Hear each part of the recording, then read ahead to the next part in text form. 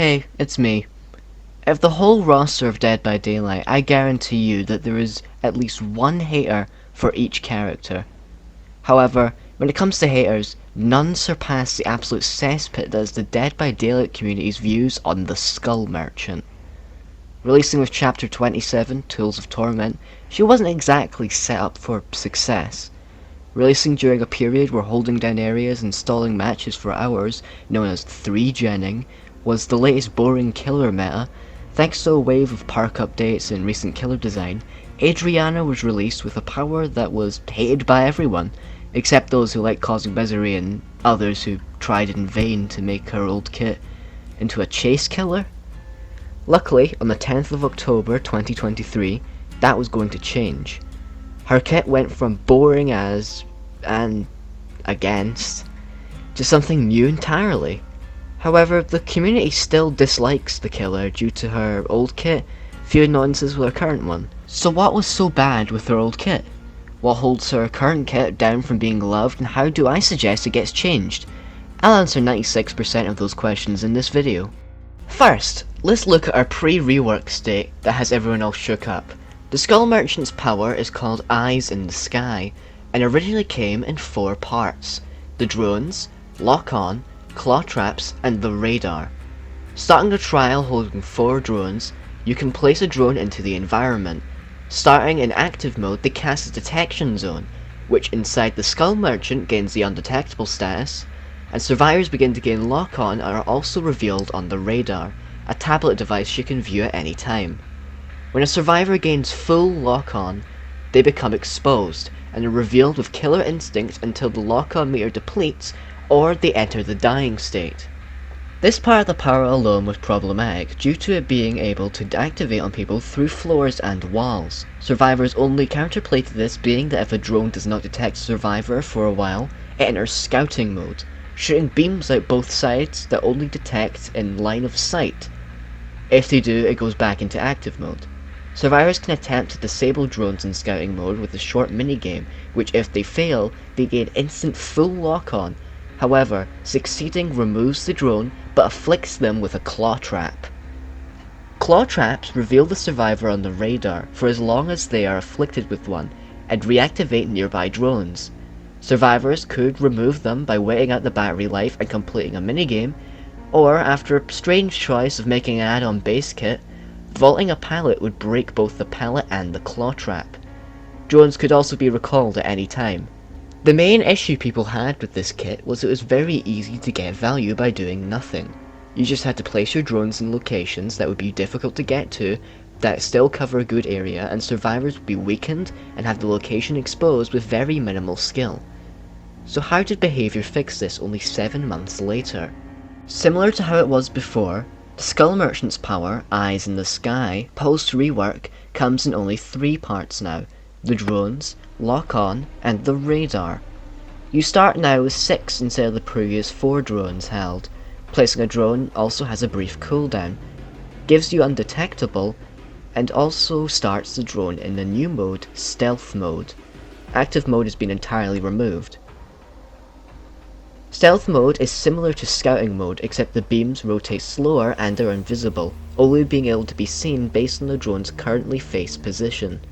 Instead of the detection zone, lock-on is gained from being scanned by a drone beam with a short immunity window to stop survivors becoming claw trapped too easily, as well as a brief reveal on the radar.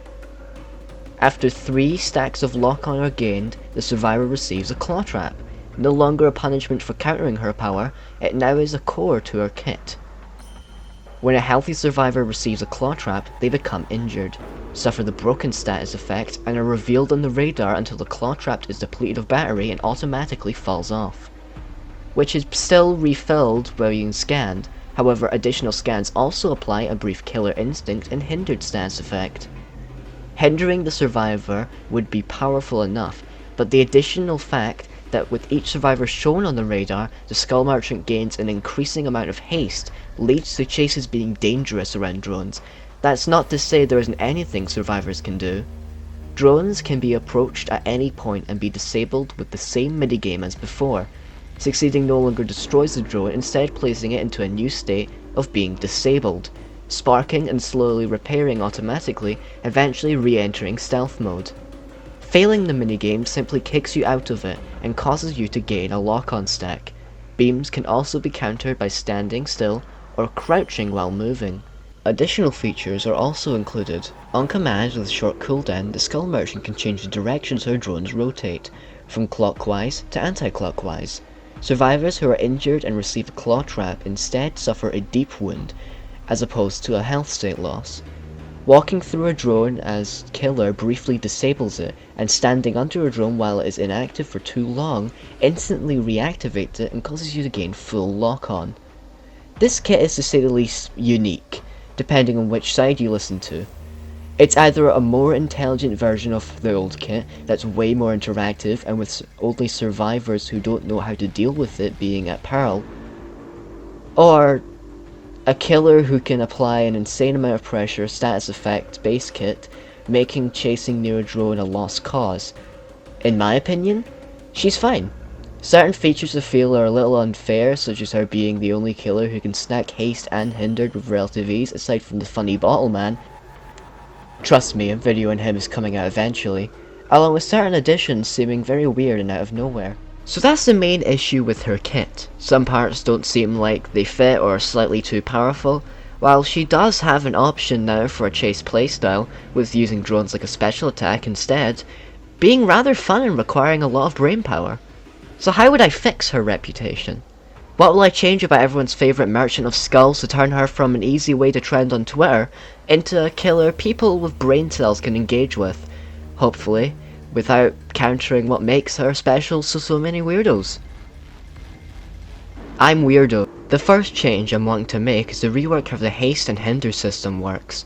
By far the most boring part of her kit, it's meant to represent how Scully is motivated into catching her prey, while also punishing survivors further for being claw-trapped. An easy compromise is to change the haste and hinder into different features entirely.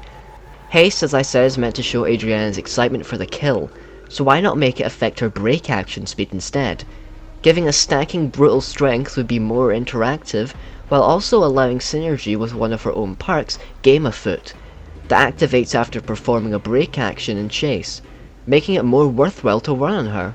Now for Hindered. I'm going to copy another enthusiastic main of Scully. A YouTuber you've probably heard of known as Pixelbush popularized the idea to replace the Hindered with a more complicated but rewarding to learn mechanic known as Neuroshock.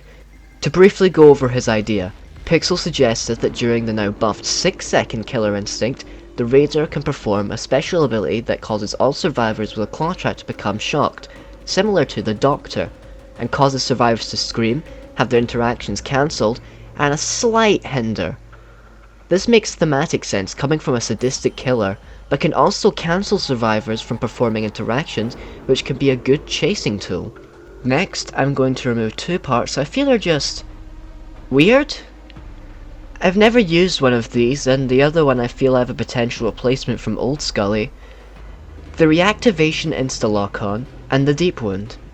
The insta-lock-on is only going to potentially confuse new players who go next to a drone to disable it immediately when it reactivates, and the deep wound, while good slowdown and punishment for being injured, I'd like to be replaced with a mechanic that can also affect survivors who were healthy. Scully already has so much, I think one less killer with deep wound base kit will be fine. Reintroducing from old Skull Merchant, claw traps no longer immediately fall off. Once they run out of juice, claw traps no longer are affected by Neuroshock or broadcast your location, but still inflict broken, requiring survivors to complete the hacking minigame to remove it, with failure simply broadcasting their location briefly. This slowdown is not only more interesting, but also more effective, allowing survivors to be potentially claw-trapped all game if they don't bother with a simple interaction that would only take 3 seconds. So now I've adjusted her power to be more appealing in my eyes, let's turn our attention to her add-ons. Currently, she has not a lot to work with. Some are good, some mediocre, and some just straight up nerf her power. Starting with her Brad add-on, Adi Valente Issue 1, currently it's a remnant of old Skull Merchant, along with the yellow add-on, Shotgun Speakers. affecting generator repairs. To lean her away from 3-gen merchant, we're going to change the effect on both of these. First, Addivalente is going to alter drones upon spawning to instead rotate anti-clockwise. A simple add-on that can help throw experienced players off and add variety. Shotgun speakers will now cause survivors interacting with drones to be afflicted with Oblivious. This will be in line with the current description being the drones distracting particular survivors. Next, let's tackle the add-ons that used to affect how much a survivor was hindered by. Vital Targeting Processor and Randomized Strobes. Now affecting Neuroshock, VTP increases the length of the shock and its effects by half a second, and Randomized Strobes increases the amount Neuroshock hinders by. Next two add-ons are in a strange spot as of now. Infrared Upgrade is an extremely good add-on for a green, revealing survivors upon losing a claw trap and therefore are off the radar, while a purple add-on, Advanced Movement Prediction, shows the aura of survivors you would already see on the radar.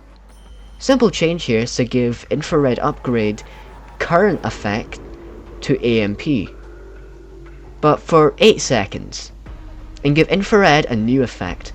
Once a claw trap loses battery, reveal the survivor's aura for 4 seconds.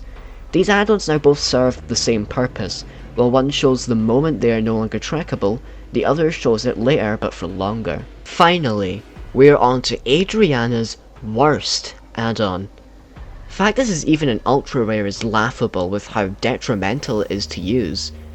Expired batteries decreases claw trap battery life significantly, but increase the haste effect gained from them.